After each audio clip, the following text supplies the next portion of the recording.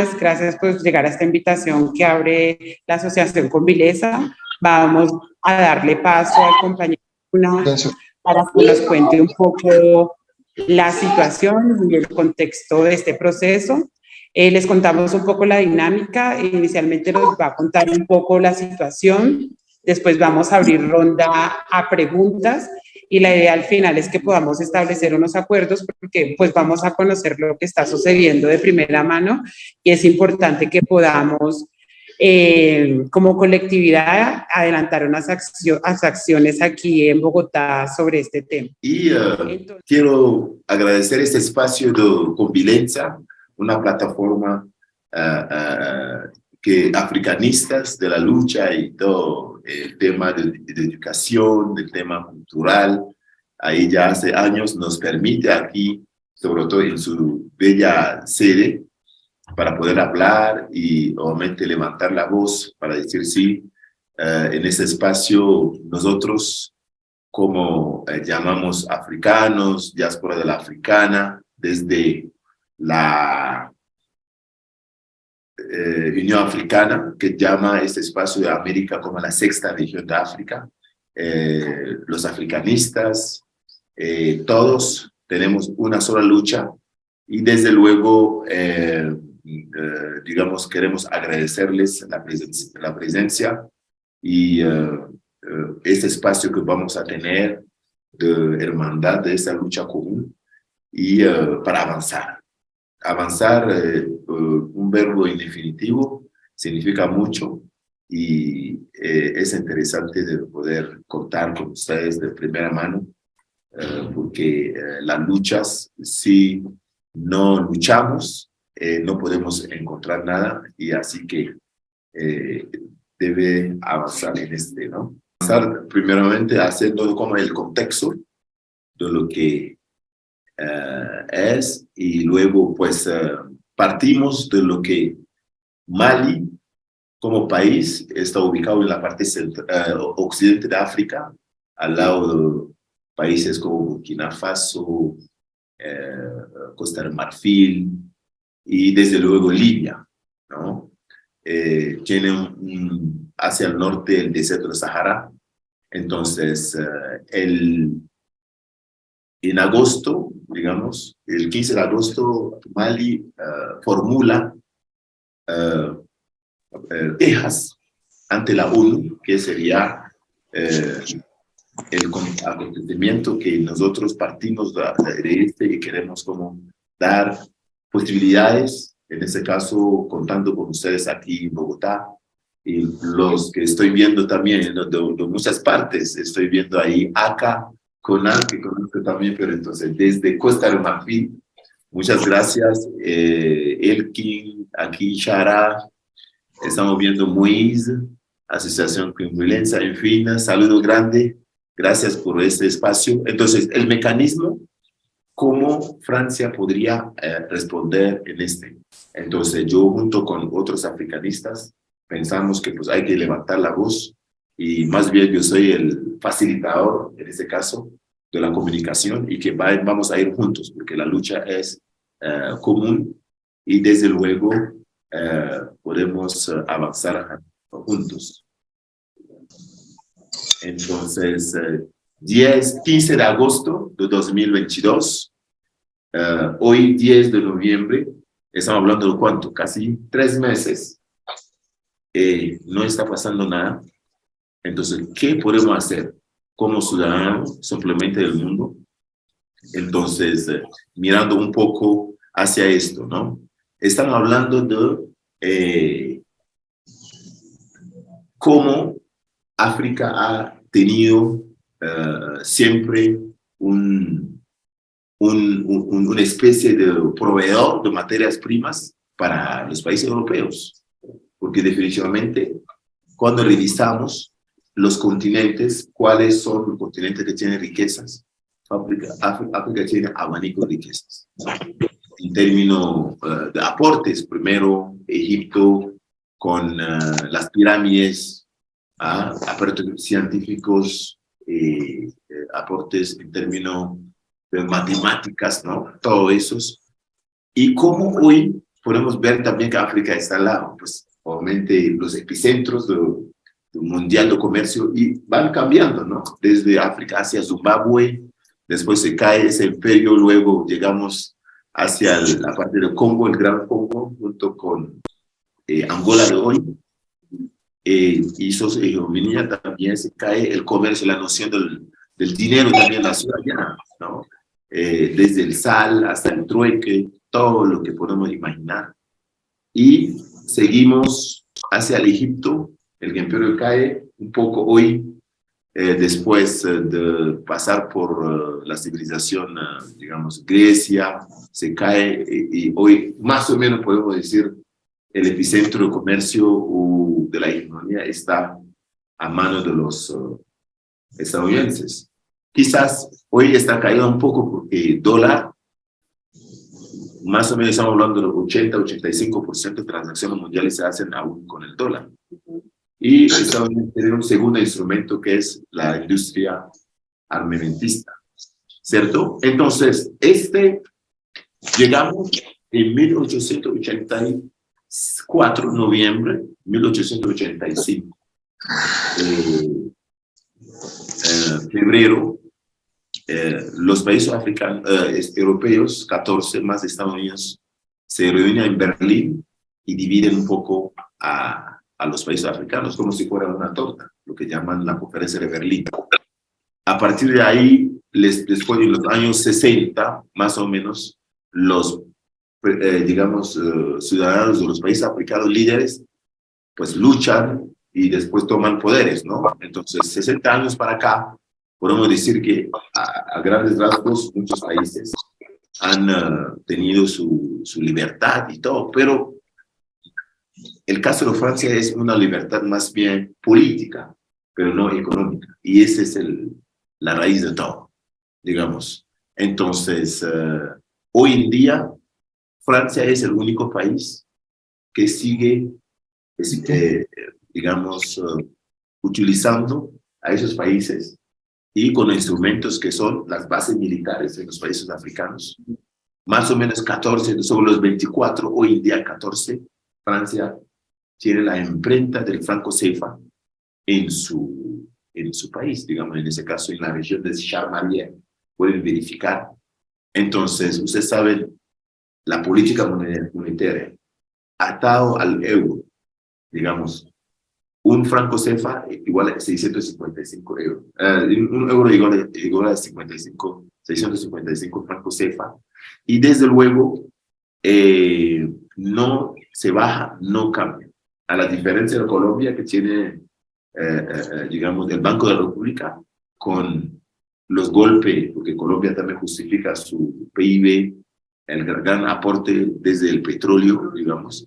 Entonces, ¿qué hace Colombia? Devalúa su pesos. Hoy estamos a casi 5.000 y todo eso que estamos escuchando. No obstante, es un mecanismo de soberanía. Esos 14 países no tienen esto. Digamos, ahí, ahora Francia y versus Unión Europea, los 27 países, casi que, porque esos países son proveedores de materias primas. Entonces, en ese caso, es el trabajo, porque en ausencia de industria en esos países, entonces se ponen en trabajo de proveedores, de cacao, ¿cierto? De café, y ustedes escuchan, cuando hablamos de cacao, ¿cuál país así que podemos decir tiene un chocolate rico? ¿Un país africano? Un chocolate, digamos, más que Jet, hablando de Colombia, un país ubicado así. Sería, ¿dónde? Chocolate. ¿Suiza? Sí, Suiza, ¿no? La fineza de chocolate. Y allá en Suiza no, ninguna planta puede crecer, hasta café. Entonces son cooptaciones. Y ustedes saben que atrás de la industria que estamos pidiendo está el empleo. Y podemos resolver de paso el problema de inmigración que está diabolizando y todo eso. Entonces, tomando eso en cuenta, digamos que la gente está cansada, digamos, esa generación que somos, porque con el mecanismo de bases militares, Francia, ¿qué hace? Pone títeres en el poder. Y el títeres obviamente crece. Después, y si ese títeres dice no, ¿qué pasa? Son muertos, les asesinan, o simplemente chantajes, o le ponen a otra persona, hasta a su hijo le pueden poner al poder. ¿Por qué? Para guardar que estos países no van más allá de ser proveedores de materias primas.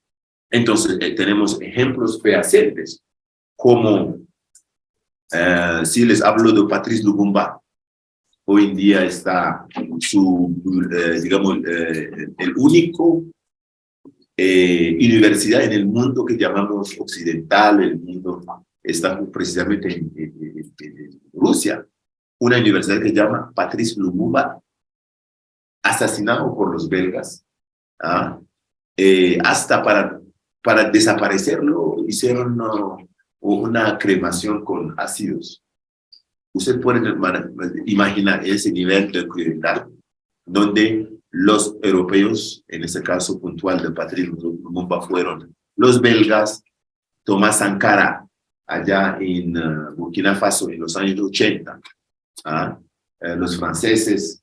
Entonces estaremos así. O te callas o te matan o simplemente te hacen chantajes. Entonces los presidentes con ese mecanismo de bases militares ponen. ¿Por qué bases militares? Ellos son pretextos que no teniendo base militar para ayudar. Pero la realidad es para estar seguro que las armadas nacionales no sean fuertes y que de una forma u otra orquestando rebelión, orquestando grupos y ya un factor de distracción, el presupuesto del país va para un supuesto armada, así vamos. Entonces, todo eso llevó que usted puede imaginar un poco en los 2000, 2010, un poco los hitos, ¿no? Lo que podemos hablar de la tecnología, las grandes fechas, quizás que empezó con Facebook en su momento en Estados Unidos, con la llegada de Obama, ¿cierto? También podemos llamar esto. Facebook permitió, en este caso, hablando de Colombia, ¿no? Atrás de la ola verde de Mocus, ¿se acuerdan? Entonces, gracias a Facebook, pues Mocus ganó a realidad y virtual, ¿no? Porque muchos de los que manejaban el Facebook eran menores de edad. Y en la virtualidad no ganó, en la realidad no ganó. Entonces, estos hitos, gracias a la tecnología, hablando de Facebook y todo, movilizó juventudes que han visto solamente dictadores. Allá donde, en Túnez, Ben Ali tiene casi 28 años al poder, digamos. En noviembre, una manifestación debido a un ambulante, porque hay muchos que son desempleados, ¿cierto? Porque como no hay industrias, hay muchos desempleos, los que tienen diplomas desempleados, mucho problema. Entonces, en Túnez, este señor, digamos, cansado de ser perseguido por la policía, por su comercio ambulante, se inmola, digamos, se quema, y ahí empieza la revolución que llaman, mal dicho, ¿no? Primavera, a pesar que en esas regiones son más bien desérticas. Entonces, en vez de llamarlo revolución, porque siempre miran cómo es la prensa europea, con el eufemismo para matar toda una revolución allá. ¿Y qué significa la revolución? Partir de cero, de un 90, regresar a cero, digamos, cambiar el sistema. Es lo que pasó en Túnez. La población supo, se movilizó y marchó ante la plaza central y esto porque la policía, al principio, el presidente mandó a la policía para matar, pero la policía dice, oiga, yo no puedo disparar porque dentro de la muchedumbre están mis vecinos, está mi mamá, está, en fin, Ben Ali cae. noviembre de 2010. 2011, Egipto, Plaza Tahrir, Hosni Mubarak, 32 años al poder, ¿no? Entonces, él también, después de la revolución, gracias al hito de todo lo que es Facebook, cae, ¿no? Ese régimen. Después viene a Libia. Lo de Libia, un poco más complejo, bueno, tomando en cuenta por lo menos esos tres países. ¿Qué tienen en común? Como denominador común, ¿no? Dictadura, nepotismo, clientelismo, porque más de 10, 15 años al poder, por favor. Entonces, fue como una especie en la política, efecto de dominó, donde los vecinos de hoy escucharon acá, empezó la población a decir, esos presidentes que uno puede imaginar como si fueran, no sé cómo es el Dios, pero en fin, cayeron. Entonces, el caso preciso de Libia, ¿por qué lo pongo a colación? O ponemos a colación porque Libia, especialmente Gaddafi, tenía el país, la noción de la riqueza o de la pobreza, no como podemos imaginar en muchos países de América o de Europa. El que dice que es precario, digamos, por lo menos tienen vivienda, un apartamento. Y cada mes, final del mes, con su familia, depende del número de las personas, tienen unos bultos de arroz, unos bultos o litros de aceite, en fin. Era así Libia. La noción de lo que podemos imaginar como precariedad o víctimas de economía no es como podemos imaginar en esos países aquí, que encontramos más bien gente en grandes metrópolis en la calle. No, Libia tenía así. Entonces, en su momento, Gaddafi, con Sarkozy, Nicolás Sarkozy fue en realidad financiado por Gaddafi. Su presidencia debe a Gaddafi. Entonces, Gaddafi sabe que pues, él lo quería muerto, junto con Tony Blair. Entonces empieza a desvelar un poco las pruebas y ahí hicieron todo para matarlo. Y lo mataron y en ese momento Libia era el primer país más armado de África.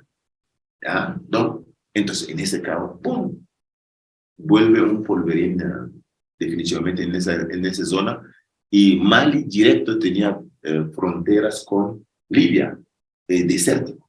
Una frontera más de cuántos kilómetros.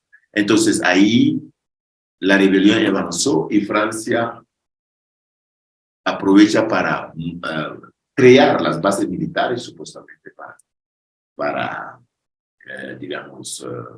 para intervenir. Y después de 2013 hasta hoy está ahí. La rebelión tenían en su momento, ¿no? 15 o 10% del territorio, porque era en realidad un grupo azawad del norte que querían la secesión. Y no obstante, definitivamente, Francia aprovecha y diciendo que el presidente de la época, John Couta Traoré, dio la autorización. Esa autorización hasta hoy no hemos visto, ni siquiera. Entonces, base militar y, para resumir un poco, avanzamos. Hoy en día, en Mali, encontraron que Francia arma, alimenta la rebelión, más bien, porque han encontrado, digamos, rebeldes que hoy en día son presos, que están confesándose, están diciendo que no, a Francia nos prometió un país también, que nosotros tenemos que mantenernos ahí hasta un momento dado, vamos a dividir el país. Entonces Francia les permite, con los drones versus las bases militares, operaciones de inteligencias. Entonces, son confesiones. Estamos hablando de base de todo eso. Entonces, no solamente ese, en toda la región de Sahel, en Níger también encontraron, en los países como Burkina Faso. Entonces, Francia, puntualmente, es el único país. Porque, ¿qué produce Francia? Cuando usted revisa, lo que produce son dos cosas. viento y lluvia. No más. Revisan qué produce Francia. Y cómo usted puede imaginar, Francia puede ser el primer país en el mundo vía su empresa estatal. Hoy en día tiene 40% de acción del Estado. Areva, cambiaron hace poco el nombre Oro, que es el primer país en el mundo para vender uranio, su empresa. Tú no tienes nada. ¿Cómo haces para vender eso? Y los que tienen son, por Mali aún no se ha explotado como tal, pero Níger es un escándalo geológico, un abanico de concentración de uranio.